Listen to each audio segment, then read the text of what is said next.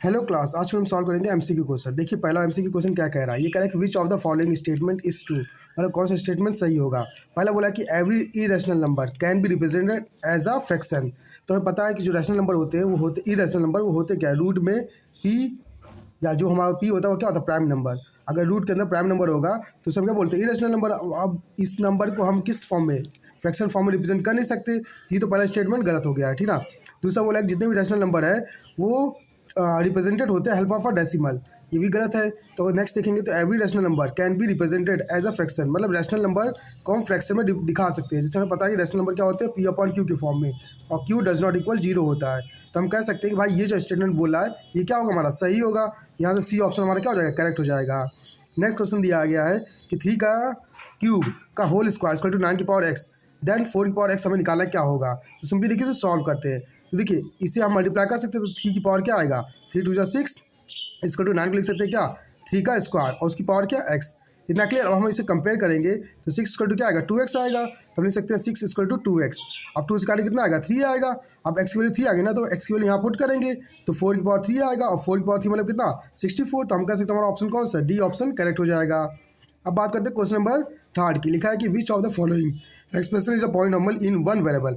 अब कौन one variable में है पॉलिनोमियल, तो वन वेरिएबल हमें इसी में देखने को मिल रहा है, और किसमें देखने को मिल रहा है, इसमें देखने को मिल रहा है और इसमें देखने को मिल रहा है। लेकिन ये दोनों क्यों नहीं होंगे, क्योंकि यहाँ पे ये अगर ऊपर जाएगा तो क्या आएगा, वाई पावर -1 आएगा, तो पॉलिनोमियल है ही नहीं, तो हम इसे चेक करेंगे ही नहीं। साथ में यहाँ पे रूट में है तो एक्स की पावर 1/2 होगा, और ये भी हम चेक नहीं कर सकते। क्यों, क्योंकि हमें पता है पॉलिनोमियल जो होते हैं ना वो होल नंबर में होते हैं। तो यहाँ ये भी होल नंबर में नहीं है और ये होल नंबर में तो लेकिन नेगेटिव में है, तो ये दोनों ही नहीं होंगे। और यहाँ पे देखो 2 वेरिएबल दिया है, तो ये भी ऑप्शन गलत है। तो ऑप्शन कौन सा, ऑप्शन ए करेक्ट हो जाएगा।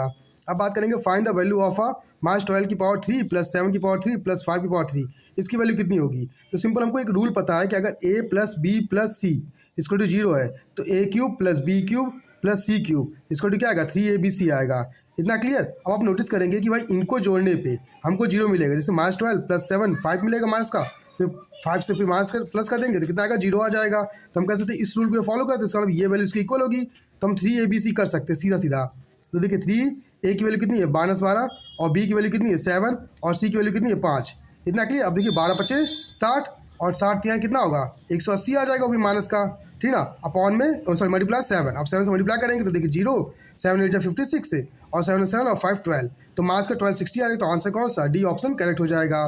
वही क्वेश्चन नंबर 5 की बात करेंगे। इसमें कह रहा है कि पी एक्स ये दिया है तो देन p -1 की वैल्यू निकालिए। तो देखिए यहाँ पे x की जगह में क्या लिखना है, -1 लिखना, हमारा आंसर आ जाएगा। तो देखिए कैसे होगा, 2 मल्टीप्लाई -1 का स्क्वायर, फिर क्या हमारा माइनस का 4 मल्टीप्लाई -1 प्लस का 3।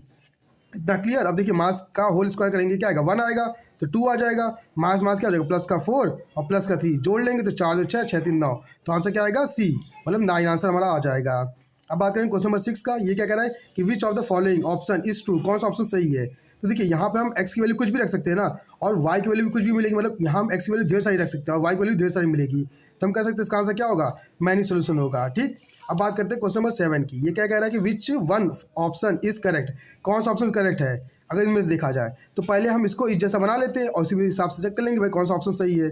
तो पहले हम मल्टीप्लाई करते हैं, तो ध्यान से देखिएगा 5 से अंदर मल्टीप्लाई करेंगे तो पहले लिख लेते हैं 3y माइनस 2x और equal to 5x plus 5y minus 4। इतना क्लियर। अब देखिए सारी वैल्यू उधर भेजेंगे तो माइनस का 2x उधर गया तो प्लस हो जाएगा 5 के साथ, तो 7x हो जाएगा।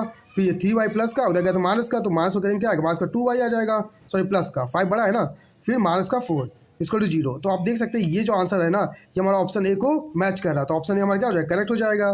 अब नेक्स्ट बोला है name of the each part of plane found by a horizontal and vertical line Cartesian plane में। तो क्या बोलेंगे, तो हमें पता है कि अगर हम इससे कुछ बनाते हैं, ये हमारा हॉरिजॉन्टल हो गया, ये हमारा वर्टिकल हो गया, तो यहाँ पे हमको क्या मिलेगा, कोऑर्डिनेट मिलेंगे। क्या मिलेंगे, कोऑर्डिनेट। तो ऑप्शन कौन सा, डी ऑप्शन हमारा इसका करेक्ट हो जाएगा। अब बात करेंगे नेक्स्ट क्वेश्चन की। तो नेक्स्ट क्वेश्चन देख लेते हैं,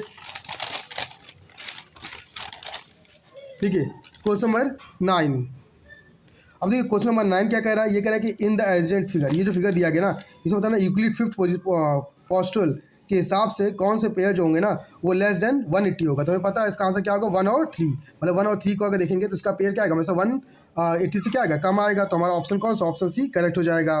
नेक्स्ट बोला है कि the supplement of angle Y का सप्लीमेंट क्या होगा। तो हमें पता है कि अगर हम मान लें फर्स्ट नंबर एक्स है, सेकंड नंबर वाई है, ये दो हमारे एंगल दिए हैं, इनका सम कितना होगा, 180।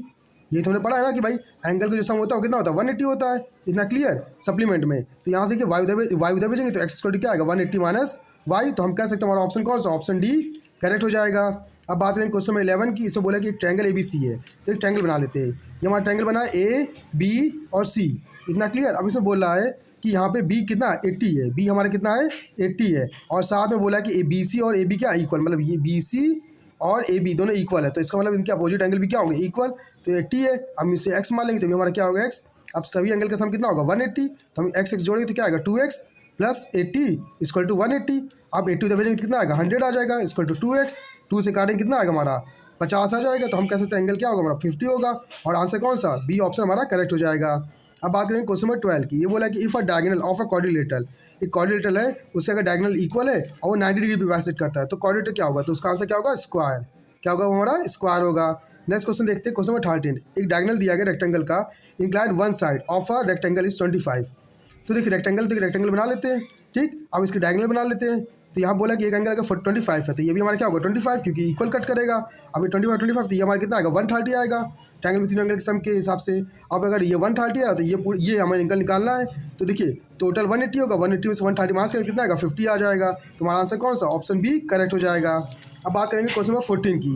क्वेश्चन नंबर 14 क्या कह रहा है, ये कह रहा है कि which of the following statement is incorrect, कौन सा स्टेटमेंट गलत है। तो देखिए पहला बोला गया equal chord of a circle subtend equal angle, ये बात सही है। दूसरा परपेंडिकुलर फ्रॉम द सेंटर, अगर सर्कल है उसके सेंटर से परपेंडिकुलर पड़ रहा है किस पे कॉर्ड पे, तो उसे ट्राइसेक्ट करेगा, नहीं उसे बाइसेक्ट करेगा। तो हम कह सकते हैं ये वाला ऑप्शन क्या होगा गलत होगा, तो इसका मतलब यही ऑप्शन हमारा क्या होगा करेक्ट हो जाएगा। अब बात करेंगे क्वेश्चन नंबर 15 की। इसमें कह रहा है कि देखिए एक फिगर दिया गया ABC, इसमें ABC की वैल्यू दी है ABC, इसकी वैल्यू 20 दिया हुआ है, तो AOC निकालना है। तो हमने रूल पढ़ा है कि अगर ट्रायंगल में सर्कल में कोई एंगल बनता है तो उसके सेंटर बने हुए एंगल का क्या होता है, सेंटर पर जो एंगल बनता है वो दुगना होता है। तो 20 है तो 20 दुगना कितना आएगा 40, तो इसका आंसर क्या आएगा 40 आएगा, और ऑप्शन सी हमारा क्या हो जाएगा करेक्ट हो जाएगा। वहीं 16 क्वेश्चन देखेंगे, इसमें बोला कि the edge of a triangular board, एक ट्रायंगुलर बोर्ड है तो कुछ ऐसा बना हुआ है, ठीक है ना। अब इसके एज के दिया 6, 8, 10, 6, 8 और 10 दिया गया है। तो इसकी कॉस्ट बताना है कि पेंटिंग का 5 पर स्क्वायर मीटर के हिसाब से कितना होगा। तो सिंपल पहले हम इसका एरिया निकालेंगे, तो एस पहले निकाल लेते हैं। तो एस क्या होगा, इनको जोड़ेंगे तो देखिए 10, 8 कितना होगा 18, 18 6 कितना होगा 24, अपॉन में कितना आएगा हमारा 2 होगा, 2 से काट कितना 12 आएगा। एस की वैल्यू आ गई। अब एरिया निकाल लेते हैं, तो एरिया का फॉर्मूला क्या होता है ट्रायंगल इक्वल टू रूट में S minus A, S minus B, S minus C, ये हमारा फॉर्मूला होता है। तो निकालते देखिए रूट में एस की वैल्यू कितनी दी है 12, फिर एस माइनस ए है ना, तो 12 माइनस 10 कितना आएगा 2 आएगा, फिर 12 माइनस 8 कितना आएगा 4 आएगा, फिर 12 माइनस 6 कितना आएगा 6 आएगा। अब इसे थोड़ा खोल लेते हैं तो देखिए रूट में 12 क्या लिख सकते हैं 6 मल्टीप्लाई 2, और 2 का 2 ही रहेगा, 4 का 2 लिख सकते 2 इंटू 2 लिख सकते हैं, और 6 को 2 इंटू 3 लिख सकते हैं, या 6 ही लिखते हैं, ठीक है ना, क्यों पेयर मिल रहा है। तो यहाँ 6 बार हो गया, यहाँ से 2 बार हो गया, और यहाँ से एक और 2 बार हो गया, इतना क्लियर। अब इनको मल्टीप्लाई कर लेते हैं, देखिए 6 टू 12, 12 टू 24, 24 ये आ गया, और कितना रुपये दिया 5 रुपये के हिसाब से ना, तो 5 से मल्टीप्लाई कर देंगे तो 5 4 20, 5 10 2 12, 120 रुपये आ जाएगा हमारा। तो आंसर कौन सा सी ऑप्शन हमारा करेक्ट हो जाएगा। अब बात करेंगे क्वेश्चन नंबर 17। ये क्या कह रहा है कि if volume and surface area of A spare is numerically equal, मतलब वॉल्यूम और सरफेस एरिया स्पेयर का क्या है इक्वल है। तो वॉल्यूम का फॉर्मूला क्या होता है 4/3 पाई आर क्यूब, और यहाँ से अगर देखा इसके एरिया का फॉर्मूला क्या होता है 4 पाई आर स्क्वायर। तो हम काटना शुरू करते, देखिए यहाँ से 4 से 4 कटा, पाई से पाई कटा, आर स्क्वायर से ये कटेगा तो एक आर बचेगा, 3 उधर बचेगा, तो आर स्क्वायर कितना गया 3। तो हमें फाइंड क्या करना है डायमीटर, डायमीटर क्या होता है दुगना होता है रेडियस का, तो 3 का दुगना कितना होगा 6। तो ऑप्शन कौन सा डी ऑप्शन हमारा करेक्ट हो जाएगा। अब बात करते हैं क्वेश्चन नंबर 18 की। ये क्या कह रहा है कि इन अ क्लास इंटरवल, ये दिया 15 से 25, 25 से 35, तो नंबर 25 कहाँ आएगा, तो हमें पता है नंबर कहाँ आएगा 25 में आएगा आगे वाले में, ठीक है ना, क्योंकि पीछे वाले को हम इंक्लूड नहीं करते। तो हमारा आंसर क्या आएगा 25, 25, 35। तो ऑप्शन कौन सा ऑप्शन बी हमारा क्या हो जाएगा करेक्ट हो जाएगा 25, 35, इतना क्लियर। अब बात करते हैं क्वेश्चन नंबर 19 की। अब देखिएगा क्वेश्चन नंबर 19 क्या कह रहा है, ये कह रहा है कि एसेशन रीजन है 90/20, कह रहा है कि the polynomial px 4x cube minus 3x square plus 5x minus 6 divide divide is इतना गिव 0। अगर इससे इसको डिवाइड करते तो 0 देगा, बात तो सही है, अगर 0 दे रहा है तो ठीक है रिमाइंडर में, क्योंकि कोई भी फैक्टर होता है वो डिवाइड करता है तो 0 देता है। अब बोला रीज़न की x-1 है ना वो फैक्टर है इसका, इसलिए ऐसा कर रहा है, तो बात सही है। तो मतलब एसेशन और रीज़न हमारे दोनों क्या है करेक्ट है, इतना क्लियर। अब क्वेश्चन नंबर 20 की बात करते हैं। इसमें कह रहा है कि if the angle of a coordinator are x, ये 4 एंगल दिया है और स्मॉल एंगल 52 है, ठीक, और सम ऑफ एंगल ऑफ कोऑर्डिनेटर 360, और उनका सम कितना करना पड़ेगा 360। तो ये बात तो रीज़न सही है कि कोऑर्डिनेटर में जितने भी एंगल होंगे उनका सम कितना होता है 360, तो ये बात सही है। अब इसको चेक कर लेते हैं भाई ये वाली बात सही है कि नहीं सही है एसेशन। तो देखते हैं इनको जोड़ेंगे तो 30 से 30 कट जाएगा हमारा। अब देखिए एक्स एक्स एक्स और 2x, 2 3 4 5 5x, इसको कितना आएगा 360 आएगा। अब 5 से काटेंगे कितना आएगा, देखिए 5 7 35 और 5 2 10 तो 72 आएगा हमारा एक्स की वैल्यू। लेकिन इसने बोला है कि भाई इसमें जो कंडीशन है ना वो छोटा एंगल होना चाहिए, तो छोटा एंगल क्या आएंगे एक्स माइनस 30 लेंगे, तो एक्स माइनस 30 मतलब क्या 72 माइनस 30। अब मास करेंगे कितना आएगा 42 आएगा, लेकिन यहाँ तो 52 दिया है, तो हम कह सकते हैं भाई एसेसन हमारा गलत है, लेकिन रीज़न हमारा क्या है सही है। तो इस तरह से इसका आंसर हमारा कंप्लीट होता है। अगर आपको ये वीडियो अच्छी लगी, इन्फॉर्मेटिव लगी, तो आप हमारे चैनल को सब्सक्राइब कर सकते हैं। अगर आपके पास मैथ से रिलेटेड कोई प्रॉब्लम है तो आप हमारी वीडियो में कमेंट करके हमें बता दीजिएगा, उससे हम आपको बता देंगे। तो आज क्लास के लिए धन्यवाद।